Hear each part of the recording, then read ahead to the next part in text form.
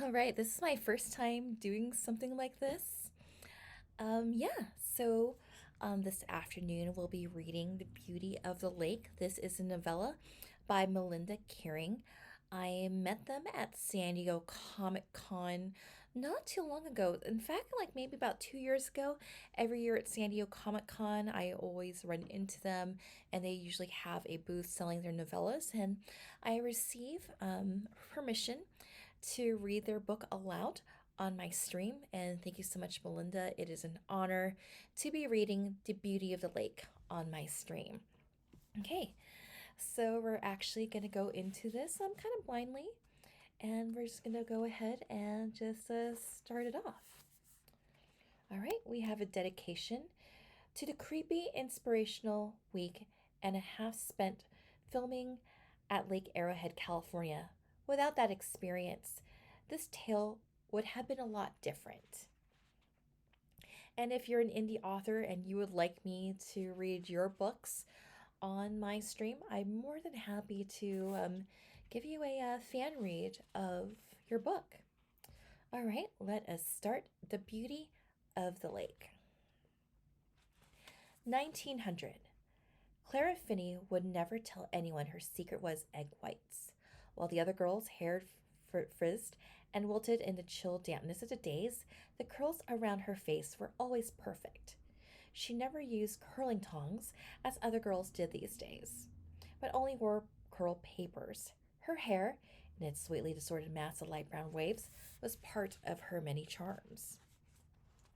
Today she was going to go ice skating on the pond out on Farmer Abel's land. It was a wide, picturesque pond surrounded by trees and was the perfect winter gathering place for the town's youth. It was also the perfect place to display her brand new skating outfit. Clara and her mother had worked on the suit all summer in preparation for the winter, and today was to be its debut. Clara didn't go for store bought clothes as the other girls did, for she liked to be one of a kind. This always worked in her favor.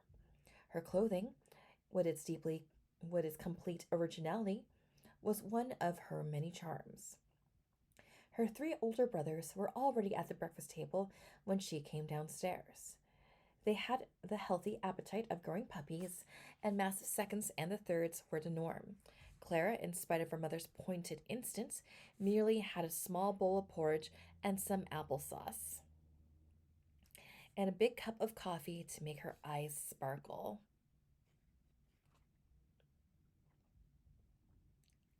Her trim figure, with her enviable and unenhanced endowments, was one of her many charms. Claire Finney, at 17 years, was the loveliest, most sought after girl in the county. Her sweet 16 emergence into society the previous year had drawn attention from many admirers. The reason that 1 year later she remained unclaimed was due to her three bullish guard dog brothers. They had always known that the little exquisite lily of a sister was fair game for any suitor, and they didn't like this at all. They had ridiculously high standards to hold against anyone who dared showed interest in their baby sister, and such standards had kept all but a couple of men hopeless of ever getting within chatting distance. The only liberation from their stringent guard, Clara knew, was ice skating. Her brothers had no care for the delicate, graceful pastime, being more disposed to games that involved dirt, and she effortlessly and always outpaced them. Besides, their father had recently ordered the brothers to allow possible suitors through their defenses. He didn't want the good marriage prospects lumped in with the rest of the rabble. After her brief breakfast, Clara got dressed, making sure that all parts of her ensemble fit perfectly, since she knew they would yet the first time was important. She pinned her hat firmly, knowing her speed on the ice would make any hat with less than four strategic pins fly away. And she chose the lovely orange silk scarf. This was a special choice. The young ladies of the town had been counseled by their stodgy older counterparts that too much color gave the wrong impression and must be avoided if one was to follow the property's rule. However, Clara couldn't give two snaps for proprietary. not when she was determined to be the center of attention. She ordered the pure silk from a catalog and had it dyed it herself until it was the perfect color. Her outfit was a dark periwinkle trim with delicate gold thread, and the scarf was the perfect blaze of color that would turn heads. Hi, Jamie. I am doing great right now. I am just reading The Beauty of the Lake, so sit back and enjoy this Victorian tale. So, one final adjustment of the curl over her ear, and with her brothers no longer there was to hinder her suitors, she emerged into the adoring day. Yesterday had been the final day of lessons. Today was a celebration. It was a time of carefree fun before the graduation ball of the evening. Farmer Abel's pond was no doubt already full of skaters. Clara Finney had always been beautiful. She had been the adorable child who grew up to be a lovely girl who blossomed into the stunning young woman. And today was the day she would choose her husband. Clara had caught the eager at glances of the 26 boys in her graduating class. As the sparkling jewel of the smaller circle of 13 girls, she knew she had pick of whichever young man she wanted. At first glance, one would suppose Clara to be a very self-centered girl. The truth was, she was merely a supremely beautiful girl, and as such had been raised with the influence of her beauty all around her.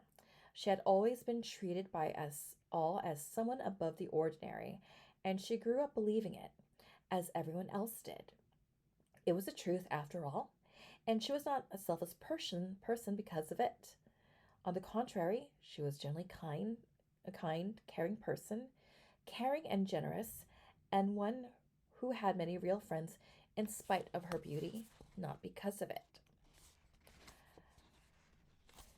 Sashaying proudly along the cold morning road, she admired the icicles on the trees and lightly sang, I loved you when you were sweet. When you were sweet 16. The popular tune had been running through her head lately. She thought it was the sweetest, most romantic song. She longed to have it sung to her one day by the man she would marry. And at this point, she could marry anyone.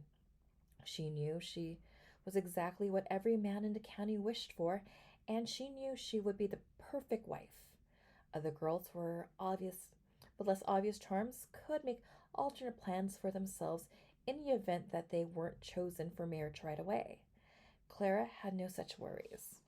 Her arrival at the pond was met with smiles and waves.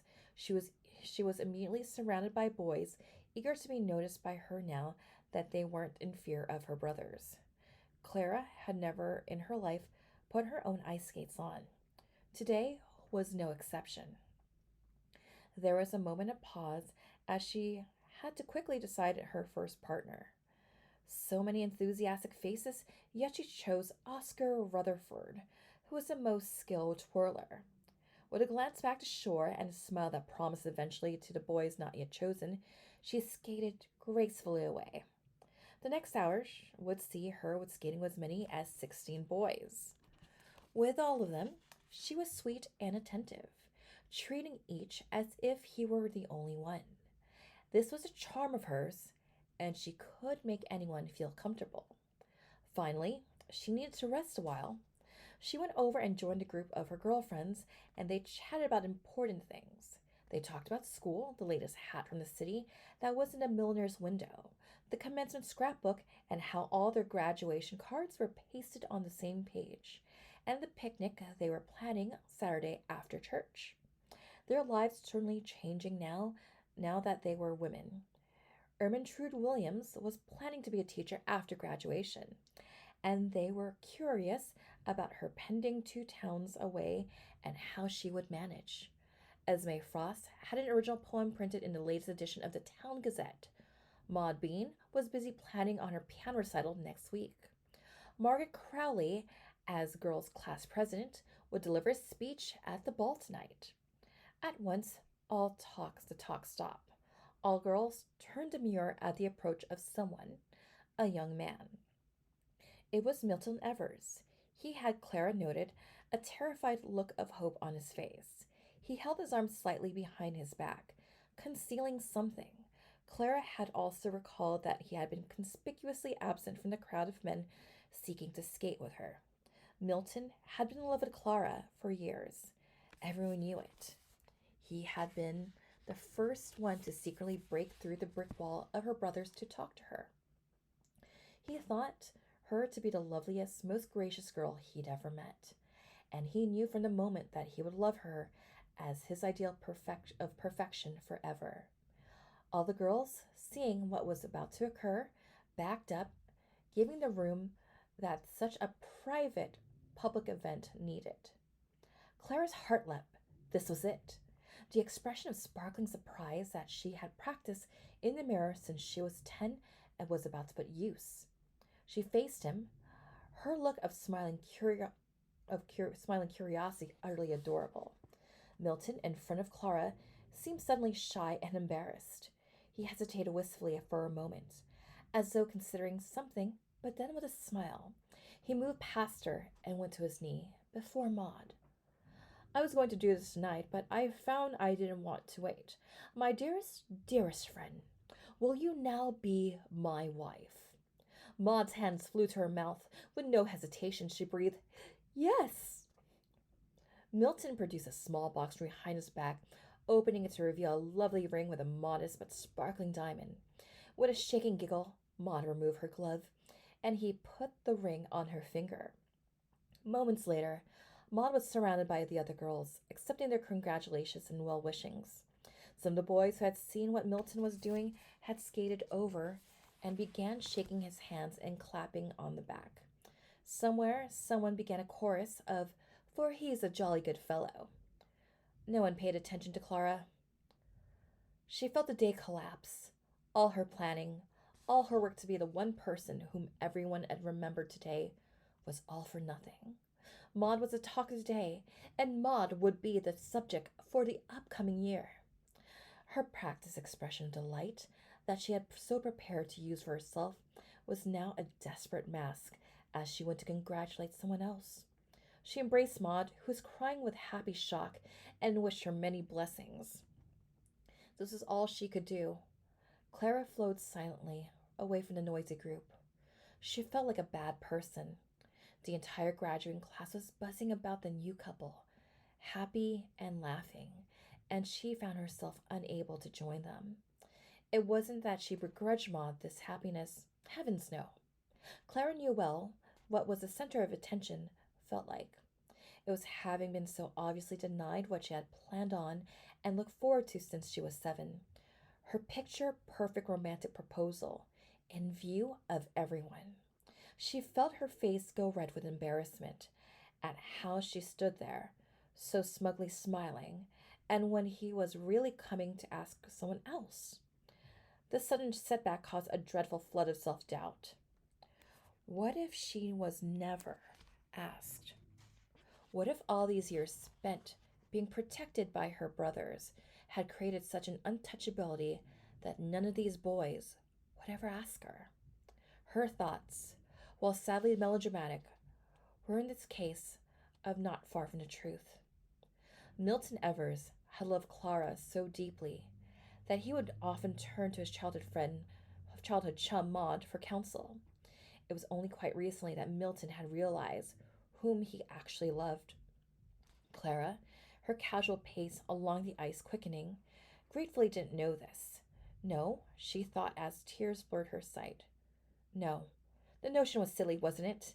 Even if Milton Evers didn't love her, there must be at least one boy who did. As she pondered, she unknowingly flew past such one boy.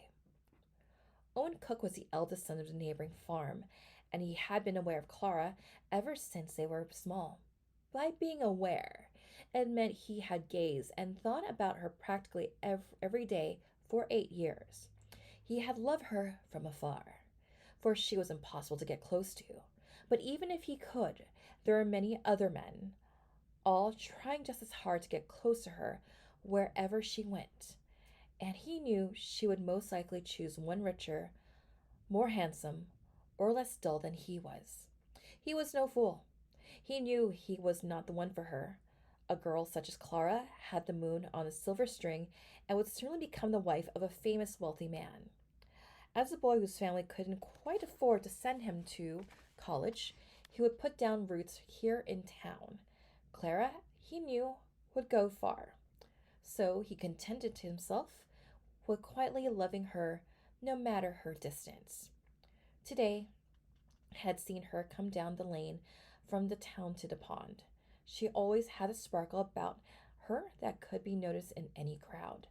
He had seen the rush of boys to assist her with her skates, had seen the puffed pride of the one chosen to fasten her blades to her boots, and the universal crestfallen looks as she smilingly chose the one with whom she would first skate.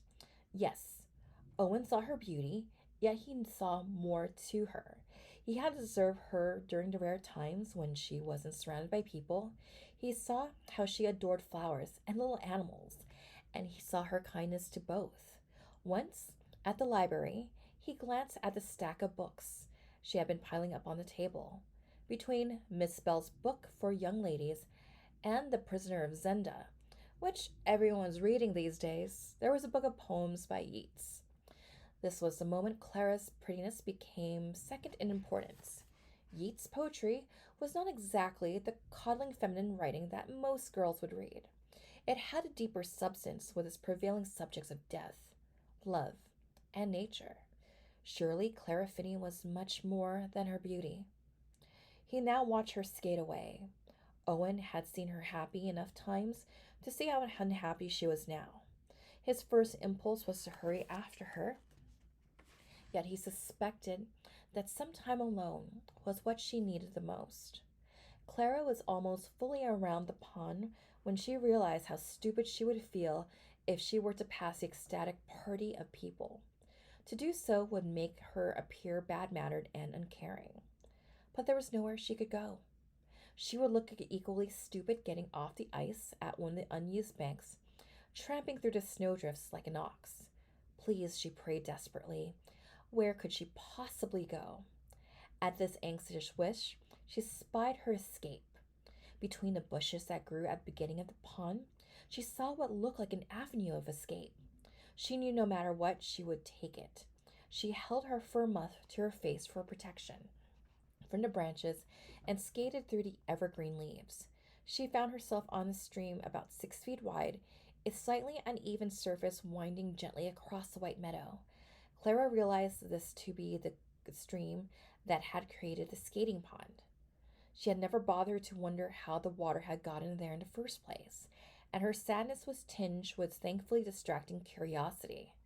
The small ribbon of ice eventually led her through the trees at the opposite side of the meadow until she arrived at another pond.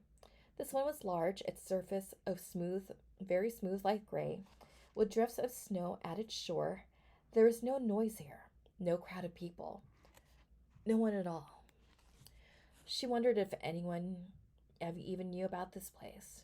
She didn't care right now.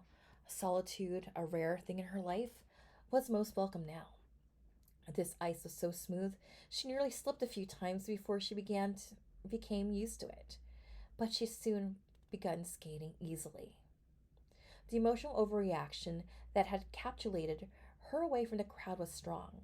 She was close to the string of humiliation that she couldn't see how she would be able to return with any sort of dignity. She hoped she would feel better about the situation soon, and then she could return to all the other unengaged boys who were undoubtedly looking for her.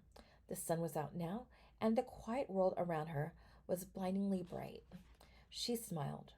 It was surprisingly good to be at liberty to glide without the cumbersome presence of a boy who usually couldn't skate as well as she could, until she felt better. Secretly, she wished that someone, perhaps one of the many single boys, would have noticed her leave the gathering, and that perhaps he would have followed her, and was currently hiding behind a tree, watching in admiration as she skated alone.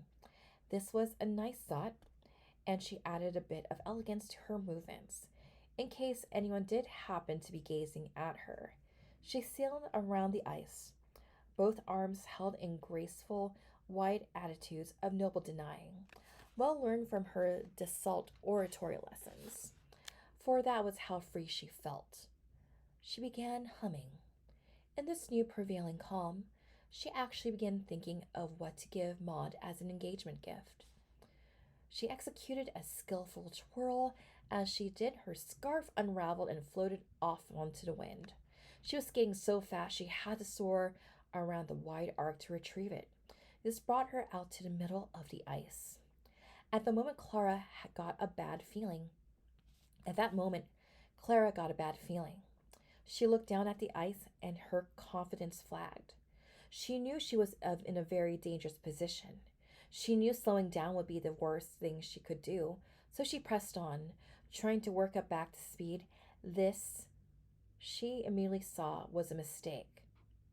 Jarred by her motion, the ice under her cracked, spidering in a web of fissures that spread faster than she could skate. Suddenly, there was nothing beneath her, and she was distantly aware of her fur muff flying off her hand as she fell into the water. What she had assumed was a friendly, unused pond was in fact a deeper lake. The warmth of the day had weakened the ice in the center, and the current of the unfrozen water below was strong. Clara managed to flail heavily in the surface. She couldn't breathe, so cold she instantly became. With a soundless cry for help, she disappeared under the ice. The hubbub of the engagement had now blended into the fun of the day, and everyone was skating again. Some of the boys wondered if Clara had gone home. Owen knew better. He had seen her earlier escape and noticed that she had not returned from her flight into the meadow. He was now worried that he should perhaps followed her earlier. Swiftly, he did so now. The stream path was so quiet.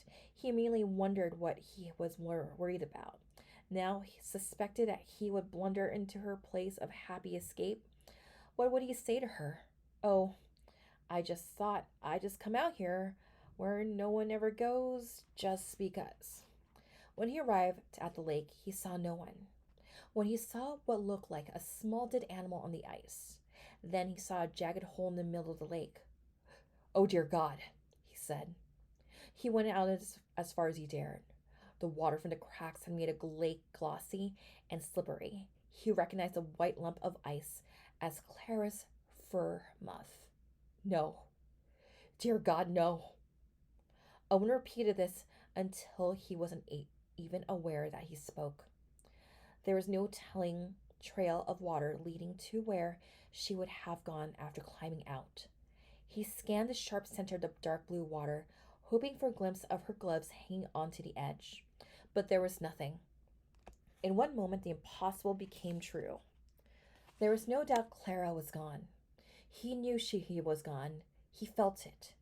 If there had been a shred of possibility, he would have dove in. But there was nothing he could do now. Not even hope.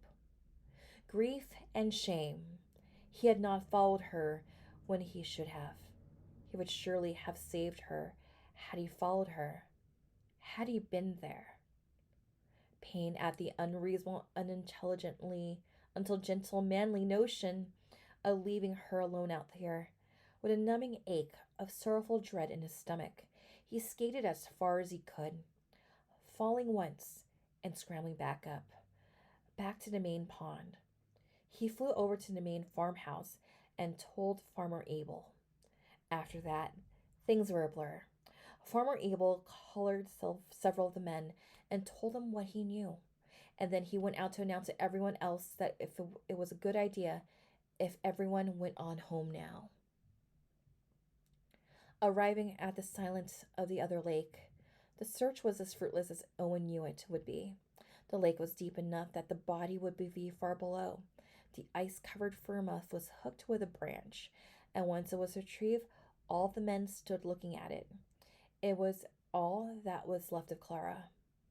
With nothing else to do, Farmer Abel sent the men on their way, telling them respectfully not to gossip about this, that it was the family's right to announce the death. He grimly set off to the Finney house. Owen chose to return home by way of the lake. The cook's land was adjoining the Abel's land. The families were related somewhere back, so they considered themselves cousins. In the approaching evening, the forest surrounding the lake dimming in the sunset. Removing his skates, Owen followed the path that led to his home.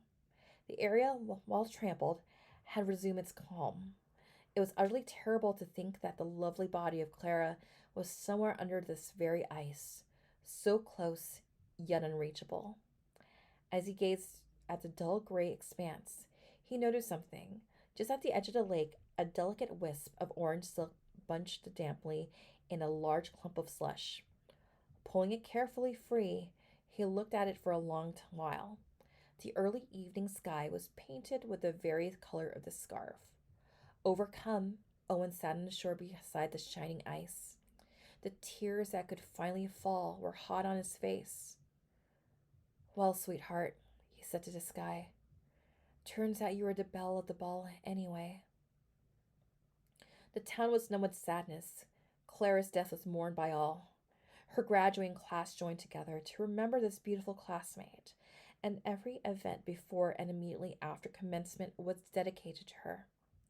Many men, each sure he would have been the one chosen by Clara, above all others, went about with black armbands and pained expressions. This lasted as long as was seemly. Owen Cook was not one of those ostentatious mourners. He couldn't join this particular crowd. It would have cheapened his own feelings. Neither did he tell of the silk scarf he had found. He wondered if he should return it to her family. Yet if fate had brought it into his hands, it was because he knew his love for Clara was the truest. The Finney family wore black for a long time. Yet the town would move on, leaving Clara Finney to memory. But before this, the lake would be immortalized with a rather melodramatic name: Lost Beauty Lake. As usual with most legends, the reason for the naming of the lake would be dulled by the next generation.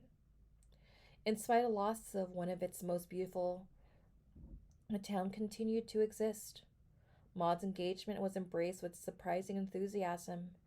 Everyone knew deep down that the reason such a fuss was made over the wedding of the sweet but average girl was to forget the horrible loss of the glorious girl whom everyone loved, one who would become even prettier in memory. Indeed, most of the girls in the graduating class got married soon after, and all of them were lucky to bear children who would be too young to enlist in the war only several years later. Many of their husbands, however, were not so lucky. Of the year's light-hearted graduating class, 12 of the 26 boys were killed. 3 boys were wounded, including Owen Cook. He returned to the town with a limp that would never leave him. Okay, we'll take a brief break right here. We will be going into a time skip 24 years later. So we're just going to go just take a tea time break, and we will be right back.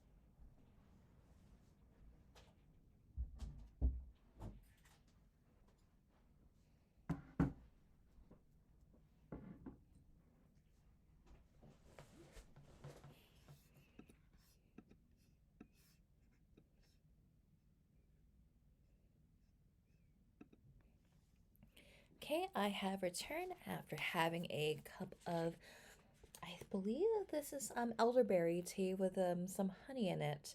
Forgot what kind of flavor honey it is, but it was honey that I picked up at the Ren Fair. All right, so now we're time skipping to 1924.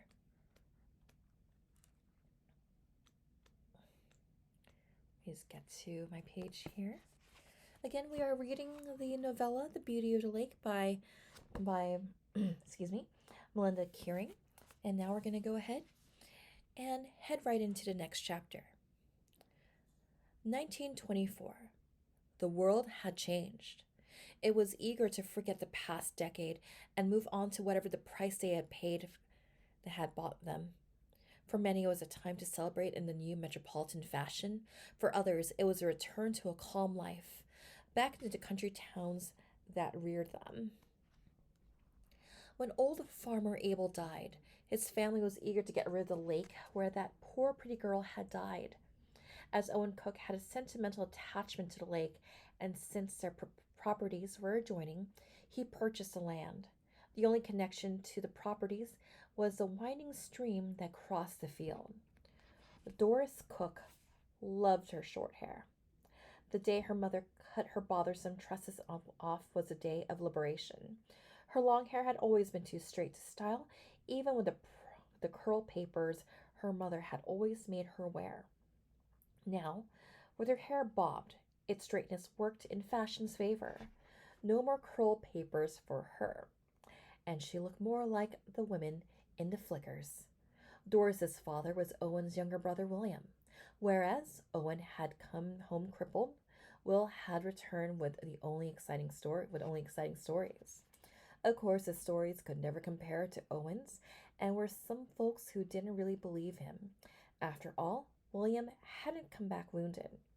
Doris had been so young when her father had gone to fight, and had grown up so much by the time he returned that she never quite bothered with him. William, having truly wanted a son, just didn't know what to do with a little girl. So their relationship was simply cordial. Doris had more of a father figure in her Uncle Owen, who had returned a full 2 years before her father had. He understood her creative sensibilities and never sneered at her imagination. At first, Owen's limp was an inconvenience. He couldn't be as spry as before, but even since his return from the front, he simply had gotten used to it. Eventually, he stopped noticing it. After all, his hitching gait didn't interfere with his ability to run his farm or sell vegetables. Instead, his farm was doing very well. His reputation for growing the tastiest vegetables had made him a modest fortune in the form of many loyal customers and buyers from restaurants.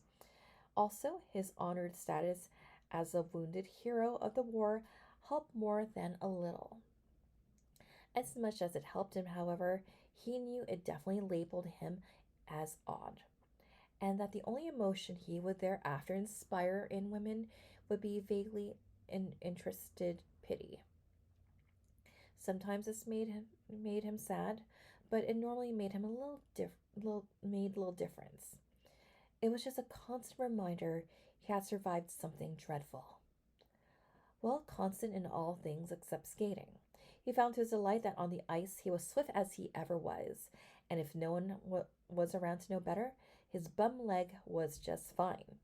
In general, Owen Cook was the middle of a rather nice life, and he rarely thought about the past. "There's a Nixie in the water." Doris would tell everyone this. She was an imagined child, so this information was indulged with a smile and ignored afterwards. No one cared to notice, but she spent a good deal of time by the Lost Beauty Lake, peering in and talking to herself. Today the lake was green and waving in the warm day. Doris sat beneath a tree, comfortable in the shade, pretending to be a fairy. It was the perfect spot to pretend to be such a thing. By the magical deep water, she felt a closer connection with the unseen realm due to her friend the Water Nixie. Doris had grown up around the lake. It was owned by her uncle and had always been a quiet place, unfrequented by anyone except her family. Yet it was only recently she had noticed the presence of the magical creature. Having read several books of fairy stories, she learned that the water nixies were either mean or friendly, nothing in between. She had been determined to make this one her friend, so she began behaving like a friend to it. Doris would often chatter about the Nixie and how she had tea with her, or how the Nixie inspired her to write a poem, or how she was sure that one day she had seen a hand reach out of the water. She had chattered so much that she learned not to chatter in front of her parents, who had made it clear that they thought her fancies were getting out of hand. But she knew there was a water sprite. She positively seen her. There was someone in the water, someone she had seen for years only, out of the corner of her eyes. A beautiful flowing lady. Doris knew when the Nixie was close. The water would suddenly go still, even with the wind strong, and all ripples would cease. There were moments when the lady could be seen, hovering just under the surface. Doris wondered how she could talk to this creature. She suspected that they were in different worlds, and that perhaps communication wasn't even possible. But she did wish to be acknowledged as a friend, so she began pretending to be a fairy. It was during these times at the lake that Doris began to hum. They were notes so random she didn't realize it was becoming a melody. She hummed it so often that everyone generally ignored it. Then, one evening, as Doris was setting the table, she heard her uncle's voice singing in the parlor. When I first met you on the village green, Doris giggled and looked into the next room. What was that? She asked. That was the next line, at her confused look, of the song.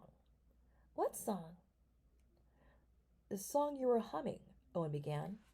I loved you as I never loved before when I first met you on the village green. Doris shook her head. I don't know it. It's an old song when I was young. You say you don't know it. How are you humming it then? I didn't know it was a real song.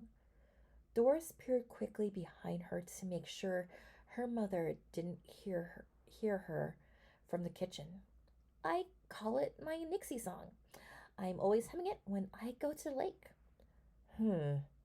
Owen gave a bemused smile. Well, clearly the Nixie knows it. Lately, the autumn days were becoming less summery.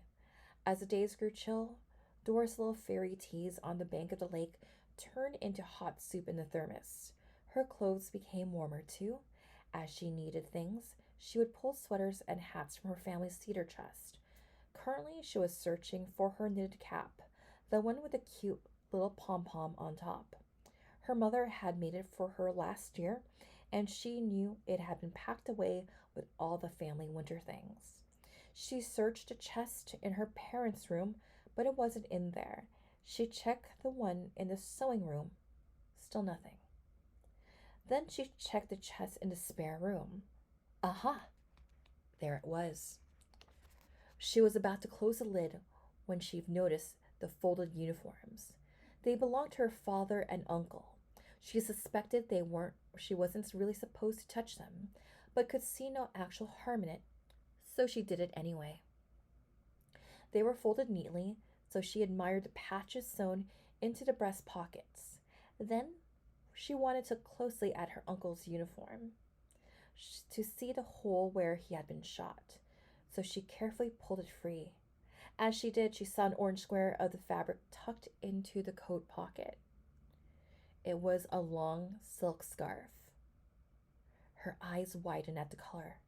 It was beautifully bright, more colorful than the scarves her mother had, and it was of silk. She went into the mirror and draped it around her neck. She felt very exotic, like Theda Bara, and she struck an Egyptian pose. Surely, she thought, her uncle wouldn't mind if she wore it just once. So she hurried downstairs and out the door, the scarf stashed in her coat pocket.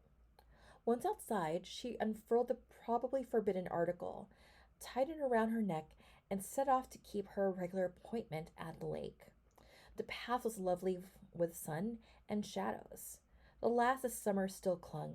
The shores of the lake were lushly overgrown and the dipping reeds of mossy stones. Yet autumn was gently graced the area, and the first red leaves from the trees floated on the water's surface. Doris was at home here, and she wondered what she would tell her parents on the day when she sprouted wings. Seating herself on the boulder at the water's edge, she tucked her legs under her in the dainty attitude she had seen in all books and sighed in happiness. After nearly an hour, her quiet patience was rewarded. The sounds of the days faded slightly. The ripples around the reeds that she had stared at so calmly were stilled.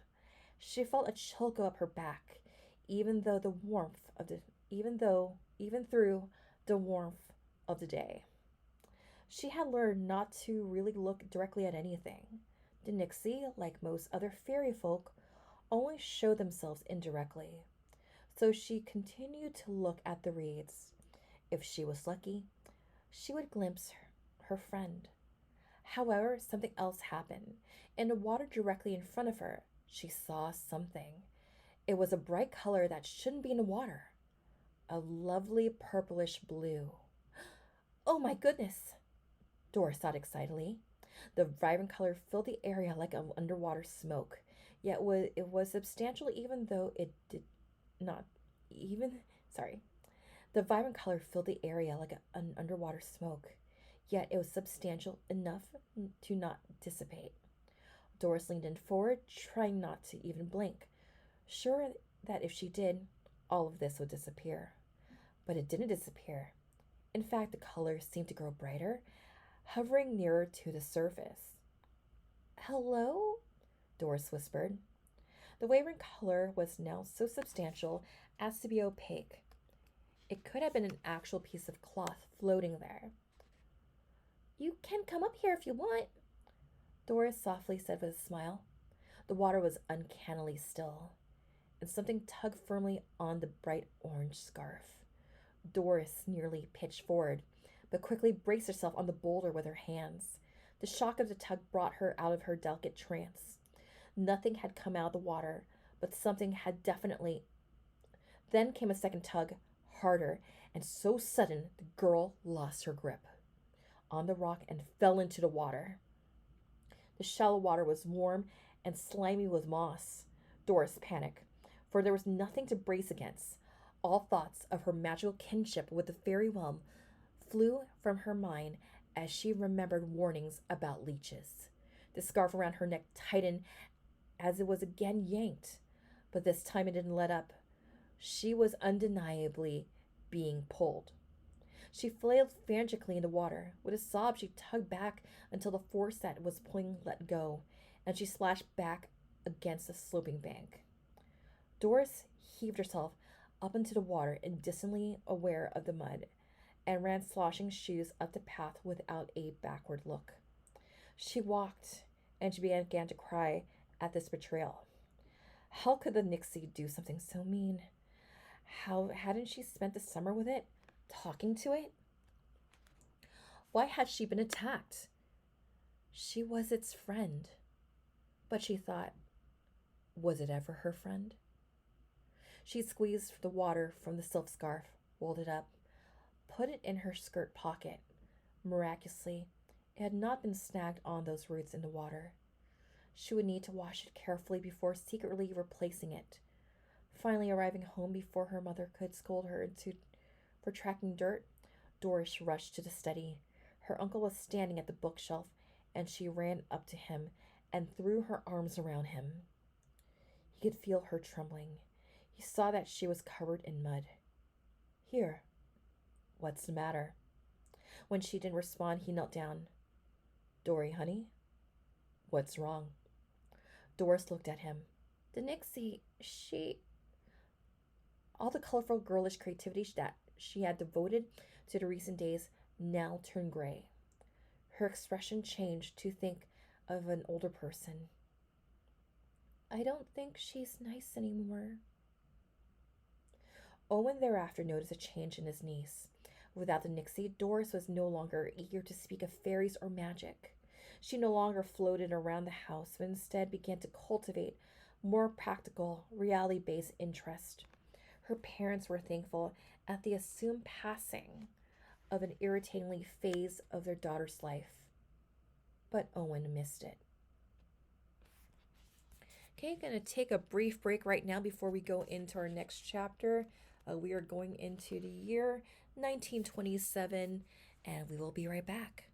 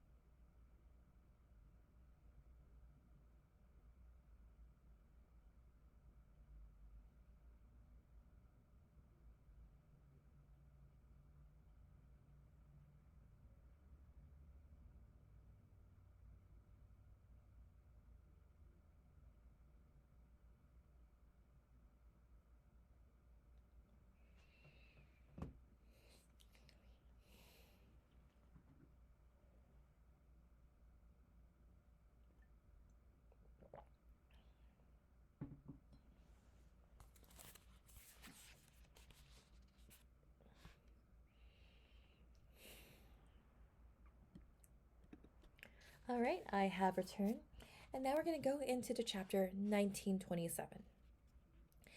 Several years sped by. The overly creative girl gave way to a studious young lady. Her days after school were now spent with friends instead of an imaginary playmate. For the last several months, Doris had spent a good deal of her time indoors. There had been a point during that summer where she had abruptly decided to go to the library and had thereafter spent evenings reading in her room. Owen knew that the sad reason for this scholarly change, yet he didn't want to disappoint her parents, who were still rolling their eyes and thought how cheerfully annoying their daughter once was. Sooner than anyone expected, amidst the cold days towards the year's end, there came a day colder than the rest, and Abel's pond was once again the source of fun for the town. Even the cloistered Doris was glad when the opportunity to go outside again arrived. The day after she had heard of the new ice, she had gotten dressed, seized her skates, and was out the door. At age 14, Doris was independent enough to not care what others thought of her.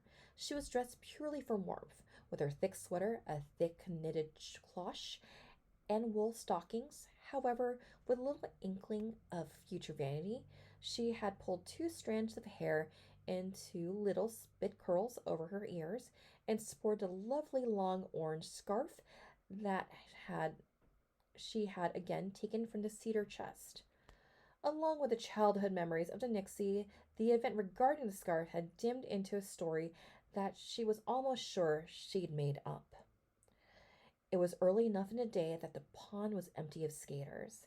This was just fine with Doris, as she wanted to practice her twirling, and this required a lot of space. As she skated, she was very aware of the graceful billow of orange silk behind her. The accessory definitely brightened her entire outfit. She again wondered why her uncle had such a thing at all. When all the young men had enlisted, all their wives and girlfriends had given them tokens of love and encouragement. These were usually embroidered handkerchiefs or locks of hair. Owen had taken the silk scarf. He had kept it tucked in his uniform pocket close to his heart, because the very thought of Clara caused him to feel happy.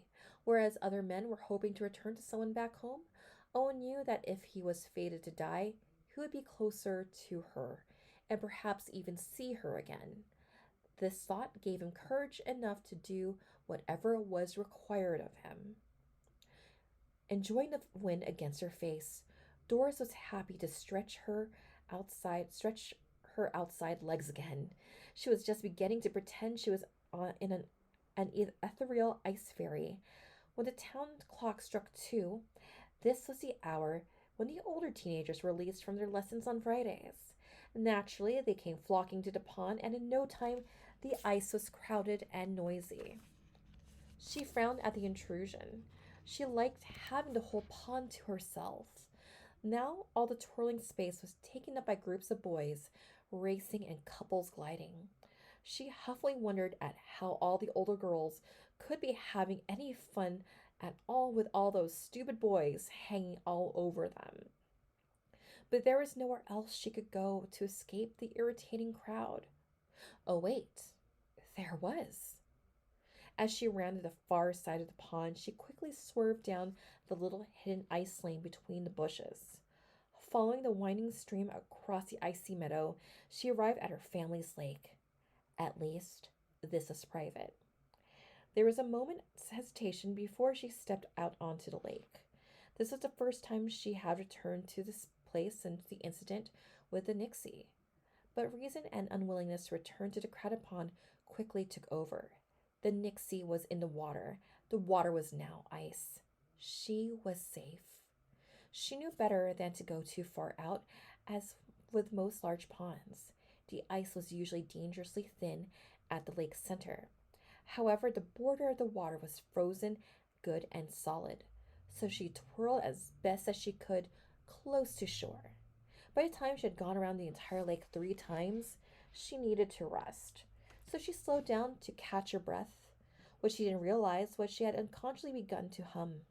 It was a song she didn't know, the Nixie tune. With it humming loud in her head, she also didn't realize how eerily quiet everything had become, as though the day's sound had been muffled. It was her slow pace that she was able to see something she hadn't noticed before. She was being followed. Owen had been working at his desk in the study as usual. When he had to sit back and pause, after a moment, he pinpointed the strange feeling in his stomach. He was worried, but from where did the worry stem? He couldn't think of anything he particularly needed to fret over, but the feeling was persistent, and finally he had to stand up and go out into the parlor. There he stood pondering. Then he glanced at the hat stand by the front door. Doris's sweater and hat were gone. Without fully knowing why, but deciding to trust his instincts, he went to the closet into the foyer for his coat. And without knowing why, he grabbed his skates, which last year he'd hung on the hook just inside the closet door. A minute ago, he had not intended to go out at all, but now he felt he should hurry. At first, Doris assumed it was a reflection of the clouds off the smooth lake surface, but sinking in her stomach, she recognized the color. It was the same light purple color of the Nixie. Doris's first reaction to the smile at the familiar sight was quickly cut off by the remembered fear. The thing in the water, she recalled. It was no longer nice. The color slowed its pace as she did, hovering just at the edge of the solid ice. With the wariness of one fooled once, Doris spoke bravely. Have you come to apologize? She hoped to convey a superior attitude, yet even she could hear her voice quiver. The color didn't move. Doris reminded herself that the ice was very thick and therefore unbreakable. There was no way that what happened last summer could happen again. To prove her bravery to herself and show the Nixie she wasn't afraid, she casually skated closer. The color was directly under her, blurred under the thin layer of snow. Doris kneeled down and brushed the snow away, and she gasped. There, below the surface of the ice, was a beautiful face, with eyes locked into a dead stare, seemingly looking directly up at her. Doris was terrified. There was no Nixie. It was a person dead, frozen in the ice. When had this happened? She needed to go and tell someone. Then, the dead eyes blinked. Doris jerked back, lost her balance, and flailed to a hard, cold sit. Beside the white face, a hand slowly rose into focus, encased within a lavender glove. It touched the ice, its fingers slowly scratching the cold barrier. Doris would have screamed if she had been able, but fear had taken her voice. Her focus narrowed down to the face, its surrounding hair waving in ghostly motion. It was unusually beautiful, yet not in the willowy fairy way that a Nixie should be. This face reminded Doris of the girls on the old advertising posters on the back wall of the general store, the ones that hung on the same nails for years. But this was the actual thing. She wasn't a painting. She was right there, and real enough to believe. The lovely creature below also believed in her. The wide eyes regarded the girl, for it could see Doris as clearly as Doris could see it. It didn't understand many aspects of what she saw. In its own notion of fashion, the streamlined look the girl wore was ridiculous. The short hair under an odd small bucket of a hat, the shapeless line of the coat and the skirt, and the scarf of orange silk. The lovely face darkened. Instantly the beauty was transformed into a frightful grimace, its teeth bared in fury. The gloved hands now began to claw the sharp grooves of the underside of the ice. Doris felt her heart began to thump. The lavender hands turned into fists and slowly began to pound against the solid barrier, harder as the woman's anger grew. There was no sound, yet Doris thought she could feel the force of the hits. Suddenly, the lovely mouth opened in a silent yell, and the woman reared back to strike the ice. As she did, she faded. Her image quickly swept away with the water. But Doris jumped as she definitely felt a thud. Then she heard a dangerous sound. Looking down, she saw a sharp crack in the ice beside her, and now shot jaggedly towards the middle of the lake. From the center of the lake, something burst forth. In a shower of shattered ice and water, there rose a body. Dragging patches of long hair, some barely attached to the head, drooped over and through the skeletal face. Shreds of a color that was once periwinkle hung up from the bones of the arms, clinging to what was left of the gooey frame. Long tendrils of weeds pulled with it from the lake and dripped glops of mud. Its dangling feet were encased in once dainty leather boots, on which were silver blades. Doris honestly tried to scream. She had so much terror at what was before her, and yet she seemed to have no breath. But even if she could, she knew it would do her no good. Unless the surrounding trees could come to her rescue, she was completely alone. The thing's neck twisted jerkily, bringing the head to face the girl.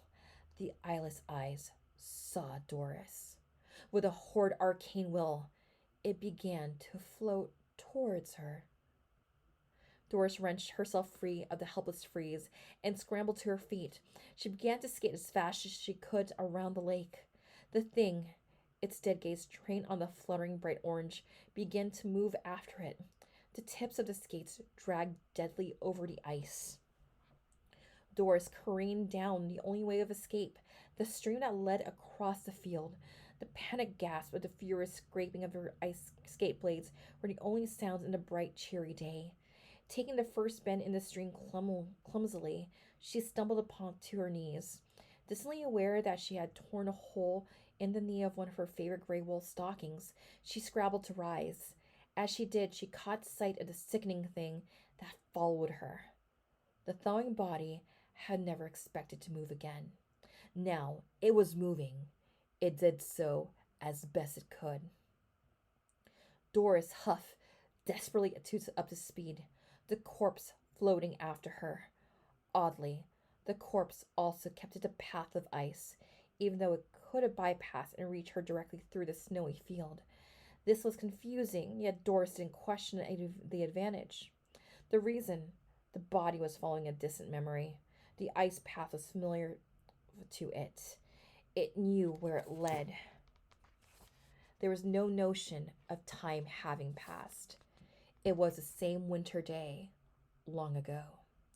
It had been at the bottom of the lake, wedged between the large boulders for the 27 years, preserved in an icy pocket of water in the cold depths.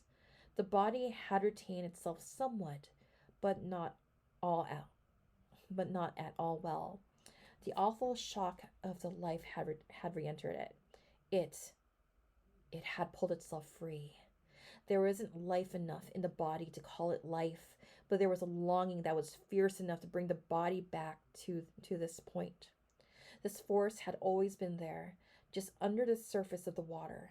It had been benignly drawn to Doris for a long time because the girl had been aware of it, and her energy had always been fun and comforting. But the day that it had caught sight of the orange silk scarf, it began to change. It began to remember the sadness and disappointment, and it began to grow frustrated. The final thoughts of a soul are the ones held on to the longest, for good or for ill. A festering jealousy had occurred within it, a pervading realization that it had been cheated of something, and so it had. It had been denied a dream. How dare this personal article, once worn so proudly, be taken from it as well? With a renewed purpose, it sped up. With aching legs, Doris finally reached the bushes that separated the stream from the skate pond. She burst through and crashed directly into a group of boys. Frantically untangling herself, she skated away. The ensuing confusion didn't last long, as though the bushes suddenly appeared a floating, dripping corpse. Yells of fear erupted as they saw what followed the girl. The skaters scrambled and fell over themselves to get away from it. The dead thing was now confused. Where were the rows of trees on the side of the pond? And what were the girls wearing? Girls? Short hair? Boys? It was difficult to get its bearings through all the screaming, so the consciousness turned it into something else. The dead thing, with its remembered sight, saw a bright, clear day, surrounded by her classmates. Everyone was watching her, admiring her lovely clothes and her lovely orange scarf. Several men hurried from the shore with sticks. One even had a pistol. They quickly and cautiously surrounded the awful thing, nervously ready for any provocation to attack. The thing looked at them. As always, she was the center of attention, the flower around which all bees buzzed. Now that her brothers were not all around, all the boys were free to gather around her. She smiled invitingly to them. The gaping, jagged mouth drooled green bile. The men, disgusted, raised their weapons. Clara! The attackers were all startled enough to back away at the sound of the voice just behind them. Owen stood there, staring at the creature. Doris was standing bravely several feet behind him. The men sensed their part in the proceedings was over, and they gratefully backed away. the sound of her name. She used to hear it all the time, yet it'd been so long now. The bones of the neck twisted around. The whitened, frozen eyes saw a dim image of a man. Clara. Owen knew very well who he was seeing. He also knew what he was seeing. He heard of such things, yet never in his life he had counted on witnessing it. He shivered, and his eyes began to fill with tears. The sight caused his heart to hurt, as it not had in many long years. It was her. Surrounding yells of horror erupted as he drew nearer to the monstrosity, but Owen didn't see what they saw. Not at all. The ghoul allowed him closer, its dead eyes trained on him. Someone had broken through the crowd of ardent admirers and was coming nearer. Owen looked at the melting, putrid thing. Clara, I'm sorry. I'm so very sorry for not following you all those years ago. I left you alone when perhaps I could have rescued you. I know I could have rescued you, but I didn't think enough of myself, and that's why I failed you. I will not fail you again. He held his hand out to her. Clara, please, let me rescue you now. On the bright day in her mind's past, she looked down at the handsome boy kneeling in front of her. It was Owen Cook, and he held a diamond ring. How delightful. She had always thought of him to be a very nice person. How surprising, and how sweet that he would be the one to propose. With a sharpness of sight, as though by the drawing aside of a curtain, Clara saw her life open up before her. She saw her wedding, the town's anticipated event of the year. She saw their child, a little girl. She saw her place as the loveliest woman in the county, the grand mistress of the Cook estate. She was the devoted love she and her husband would share. She felt the surety that such love brought. She saw the moment when her own little granddaughter would tell her that at age 59, she thought she was in her 20s. With such an amazing life of love and joy before her, of course she would agree. Yes. The slack, sagging jaw moved. Yes. The voice no longer there said. She removed her left glove and held it out to him. With a crack of hardened joints, the body hitchingly raised his hand to him in acceptance. Owen delicately took the cold bones of the hand in his own. There was an undead abomination before him, and yet he didn't see that. He only knew what he felt, and what he felt from her. Owen put the sparkling ring on her finger. Owen kissed the cold hand. Clara felt such an unknown feeling. This was what she dreamed. It had come true. Surrounded by her dear classmates who were all smiling at her in true gladness, she was so happy. With a sudden seizure, the life left the animated body. With a grateful sick slosh, it fell to the ice. Owen had felt the contact break. Clara was gone. He looked at the revolting pile of bones and cloth that felt too many things. He couldn't sort out what he felt. He didn't try.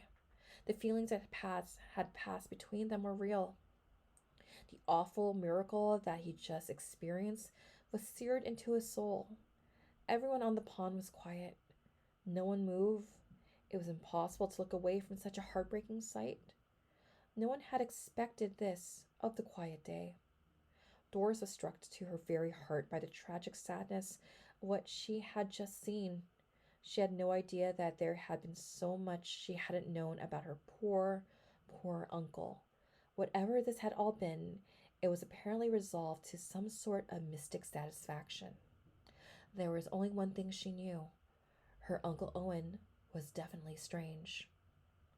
At last she dared to approach him. She glided close to where he had remained, collapsed on his knees before the remnants. Uncle?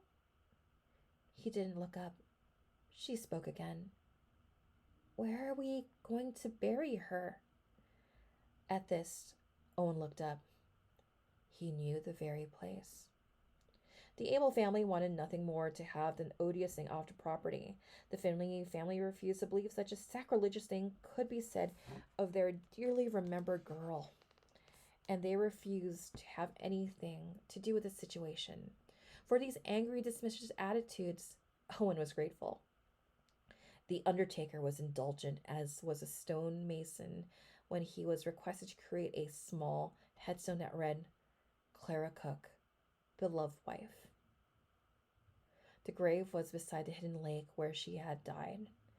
It was in a bright area surrounded with tall trees. The recently planted crocus had taken hold quickly, and had just begun to bloom. Owen had placed a marble bench there, so he could sit with her on lovely afternoons. Okay, we're going to go into our last chapter. I just need a quick tea break. This last chapter is going to be quick, and yeah, just a couple moments, and I will be right back.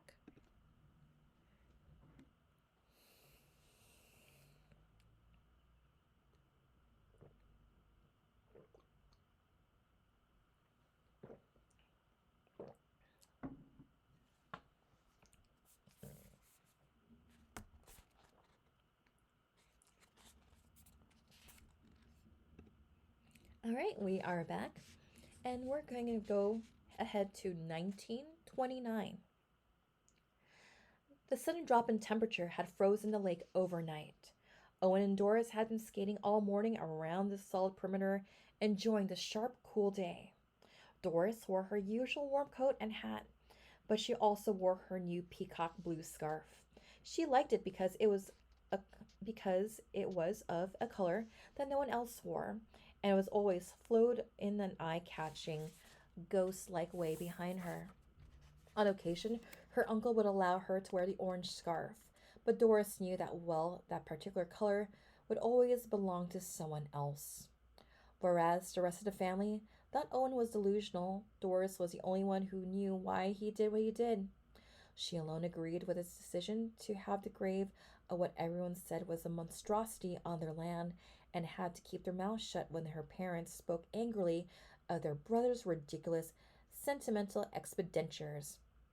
All they could do was grouse, for Owen had put a stop to their serious complaining by simply telling them they were free to leave the farm and the family business if they had any objection to what he was doing.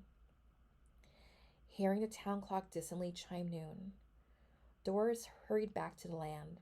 She had a date with some friends to go to a matinee at the pictures. She removed her skates and started back up to the shore path to their house. Good morning, Aunt Clara, she said to the grave as she passed by. Thanks to the old class photographs, Doris knew what Clara looked like in life, and she was very proud of how lovely her aunt was. The girl knew all about her now, thanks to her uncle, and could hold her own conversation with people who had actually known Clara once upon a time, as well as field the many slice questions regarding the unusual marriage. Owen continued to skate alone, silently over the pale blue surface. He appreciated the quiet, for he had many thoughts to think. However, as quiet as the moment was, he could still hear too much. The world had grown noisier over the years, and it was an effort to block out, but he still could, so he did. In this serene place, time had no meaning. He could easily remember a day nearly 30 years ago, before all had happened, when the one simple world, allowed but simple, bright hopes. In this found silence, not even his skates made a sound. He glided, just aware of his own breathing. Soon, even this faded, funneling down, it was only his heartbeat. He looked at the grave as he sailed past. It was a lovely and serene place, and he would always keep it so. With this pinpointed silence, he heard a faraway light laugh. Something flowed past him. He saw a shade of periwinkle and a flash of orange. In the middle of the lake, he saw a nearly transparent shadow, one most definitely that of a young woman skating. He grinned. He felt enough happiness for both of them. He no longer missed her. She was right there. And after all these years, she had said yes. He suddenly felt what could have been an arm holding on to his. A soft, coy question was posed to him. My darling, all these years, do you still love me? He smiled, unknowingly beginning to hum. He soon began to softly sing. In the air that flowed past his ears, he heard a light, faraway voice falling in harmony. I love you as I never loved before, since first I met you on the village green. Come to me ere my dream of love is o'er. I love you as I love you when you are sweet. When you are sweet, 16. All right. And that is the end. With that said, thank you so much for tuning in. This is just something different that we do here on our stream. If you want to, if you want me to read more indie books, I'm more than happy to read more indie books. If you have any suggestions, leave them in the comments. If you're an author who writes cozy fantasy, ghost stories, anything you would imagine a cottagecore witch reading under a tree, I'm more than happy to give you a boost to give your work a read. And with that said, thank you so much for tuning in to Story Time at the Wisteria Cottage. And if you like what we do, hit that subscribe button, hit that follow button, donate to us on Ko-Fi. Information is below. I am also an author myself, and you can check out my debut book, The Fangirl Diaries, brought to you by McFarlane Books. This is all about convention culture, cosplay culture, and girlhood in the late 90s and early 2000s, because to be cringe is to be free. And we're going to do this millennial teenage style. All right. With that said, thank you so much for your time, and we hope you enjoy this read of The Beauty of the Lake by Melynda Kiring. And with that said, we hope to see you at Storytime at the Wisteria Cottage soon again.